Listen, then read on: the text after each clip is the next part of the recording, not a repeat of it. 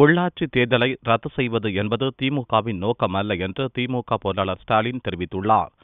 சென்னை அறிவாலயத்தில் புதன்கிழமையன்று ஸ்டாலின் முன்னிலையில் நாகை தெற்கு மாவட்ட அதிமுகவை சேர்ந்த வேதாரண்யம் தொகுதி எம்எல்ஏ காமராஜ் தனது ஆதரவாளர்களுடன் திமுகவில் இணைந்தார். முன்னதாக காவிரி மேலாண்மை வாரியம் அமைப்பது தொடர்பாக வியாழக்கிழமையன்று நடைபெறவுள்ள அனைத்துக் கட்சி கூட்டத்தில் பங்கேற்க கோரி விவசாய சங்க கூட்டியக்கத்தின் தலைவர் தெய்வசீகாமணி ஸ்டாலினை சந்தித்து ஆதரவு கோரினார். பின்னர் செய்தியாளர்களிடம் பேசிய ஸ்டாலின், உள்ளாட்சி தேர்தலை முறையாக நடத்த வேண்டும் என்ற நோக்கத்திலேயே திமுக வழக்கு தொடர்ந்தது என்றும் தேர்தலை ரத்து செய்வது திமுகவின் நோக்கம் அல்ல என்றும் விளக்கமளித்தார்.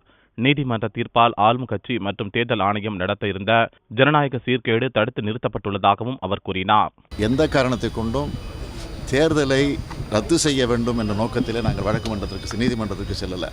தேர்தலை ஒழுங்காக நடத்த வேண்டும் என்ற நிலையில்தான் நீதிமன்றத்திற்கு சென்றது.